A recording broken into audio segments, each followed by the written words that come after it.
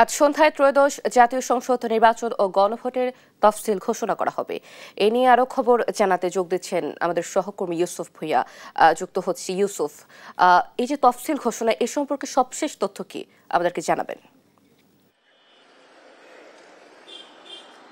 অতসী, আজ সন্ধ্যা ৬টার সময় তফসিল ঘোষণা করা হবে। গতকালই যে তফসিল ঘোষণার যে ভাষণটি, সেই ভাষণটি রেকর্ড করা হয়েছে এবং গতকাল বঙ্গভবনে প্রধান নির্বাচন কমিশনার নেতৃত্বাধীন নির্বাচন কমিশনাররা গিয়েছিলেন রাষ্ট্রপতির সঙ্গে দেখা করার জন্য এবং সেখানে রাষ্ট্রপতিকে নির্বাচনের সার্বিক যে তাদের যে পরিস্থিতি এবং নির্বাচন নিয়ে তাদের যে কার্যক্রম, সেই কার্যক্রম তাদেরকে অবহিত করেছেন এবং পরবর্তীতে নির্বাচন কমিশনারদেরকে রাষ্ট্রপতি আশ্বস্ত করেছেন যে নির্বাচনে যত ধরনের সাহায্য এবং সহায়তা প্রয়োজন সেই সাহায্য রাষ্ট্রপতি করবেন এবং পরবর্তীতে সেখান থেকে বঙ্গভবন থেকে 2 ঘন্টার বৈঠক শেষে প্রধান নির্বাচন কমিশনের নেতৃত্বে সবাই আবারও নির্বাচন ভবনে আসেন এবং পরবর্তীতে ইসি সচিব জানান যে সেখানে যে ব্যাপারগুলো নিয়ে আলোচনা হয়েছে সেই ব্যাপারগুলোর মধ্যে এবার যেহেতু ভিন্ন একটি প্রেক্ষাপটে নির্বাচন হচ্ছে, সেই প্রেক্ষাপটে জাতীয় নির্বাচন এবং গণভোট একই দিনে হচ্ছে, সেই কারণে প্রধান নির্বাচন কমিশনারকে রাষ্ট্রপতি বিভিন্ন জিনিস জানার চেষ্টা করেছেন এবং সেই জায়গা থেকে যেহেতু এবার নতুন করে প্রবাসী ভোট এবং পোস্টাল ব্যালটের মাধ্যমে প্রবাসী ভোট সহ জেল হাজতে যারা রয়েছেন কারাবন্দী তাদের ভোট এবং নির্বাচনে যারা দায়িত্বে থাকবেন তাদেরও আসলে ভোট গ্রহণ করা হবে, সেই জায়গা থেকে রাষ্ট্রপতি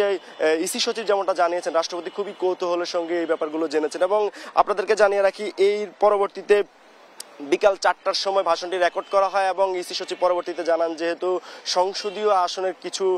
জটিলতা রয়েছে, সেই জটিলতা হাইকোর্ট ইতিমধ্যে আসলে রায়ও দিয়েছে, সেই রায়ের কপিটি এখন পর্যন্ত যেহেতু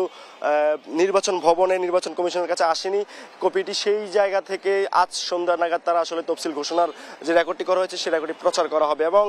আপনাদেরকে জানিয়ে রাখি যেহেতু এবারের তফসিলে বিভিন্ন জিনিস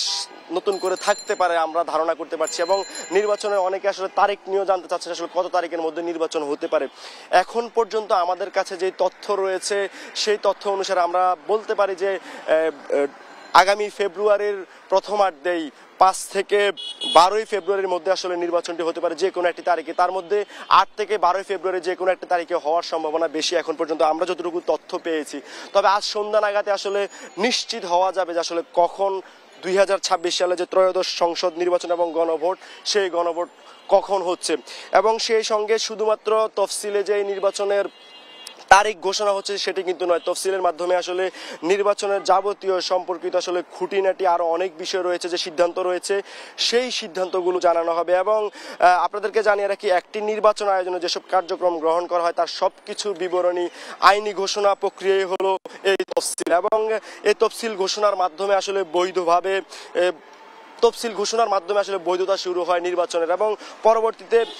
যেমন তফসিলে যে ইস্যুগুলো থাকতে পারে তার মধ্যে অন্যতম আপনাদেরকে জানাতে পারি যে যারা প্রার্থী হিসেবে মনোনয়ন পাবেন তাদের আসলে